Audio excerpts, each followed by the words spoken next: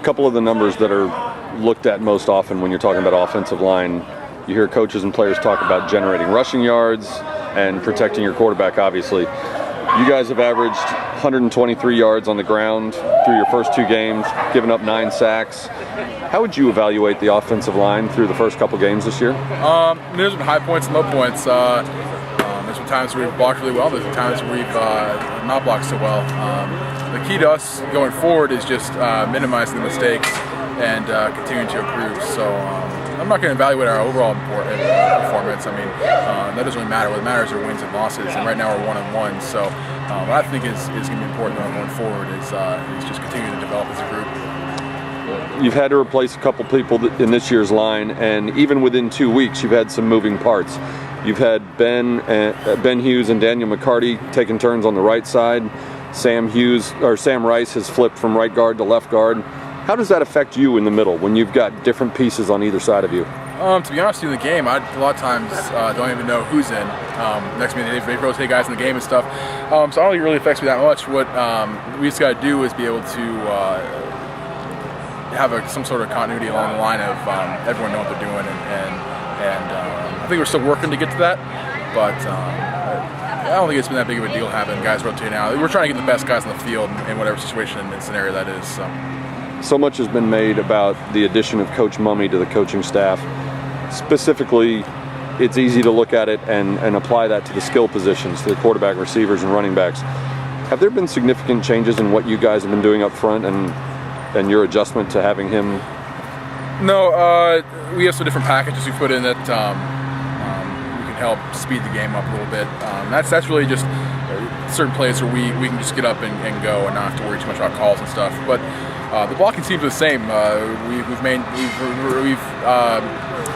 maintained the same blocking schemes this year as we did last year with on the offensive line. So it hasn't really changed that much on the offensive line now. Going to College Station this weekend, you're going to face maybe the biggest crowd you'll see all year. And they're not only big, but they're famous for being incredibly loud. Yeah. How do you guys compensate for that when making all the calls on the offensive line and just the communication you guys need? I've never been there before. I heard from the guys that went there 2 years ago that it really wasn't as bad as everyone says it is. There wasn't really much of a communication issue. I feel like I have a loud enough voice that I can get through the crowd noise and get everyone to call, but we'll see when we get there. We have some things we can do that can nullify the effect of the crowd noise, so I think we'll be fine.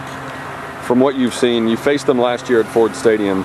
From what you've seen on film through A&M's first 3 games, what are the biggest differences between the defense you saw last year and the one you're going to see on Saturday? They have different players in certain positions. Obviously, they have some younger guys and some guys who haven't had as much experience, but I mean, the defensive schemes and stuff are pretty much identical. They don't really change what they do, so it's just going to be about us executing against what we see. So that's the biggest thing. Every team replaces players every year with graduation. Their big guy last year, as far as the pass rush, was DeMontre Moore, who's now with the Giants. He had 12.5 sacks. They had 5 guys on their roster with more than 1, and all 5 are gone. From what you've seen, and they're averaging 1 sack a game now, from what you've seen on film, is there 1 or 2 pass rushers who concern you in the offensive line the most? It's not so much about for me when I watch film about the single matchups. It's about how we pass stunts off and how we work as a group. Because I think one-on-one, it's not going to be an issue. I think where we struggle with the most as far as a group is just making sure that we can pass stuff off and pick up different line stunts. So not from a single one-on-one perspective, but it's been more of just making sure we can adjust to the looks they give us and adjust to the different stunts they run, which is going to be the biggest thing for us. Are you, not individually, but are you as an offensive line more concerned about their pass rush or the way they stack up against the run? I'm not really sure. I mean, I think that we can gash them in the run, just from some of the things we do in our scheme. But ultimately, I mean, we got to be able to give Garrett time to throw the ball. So I think they both are going to be big elements of this game. But I think that the biggest thing for us is to be able to hold off the pass rush and be able to protect Garrett and let him get a chance to get the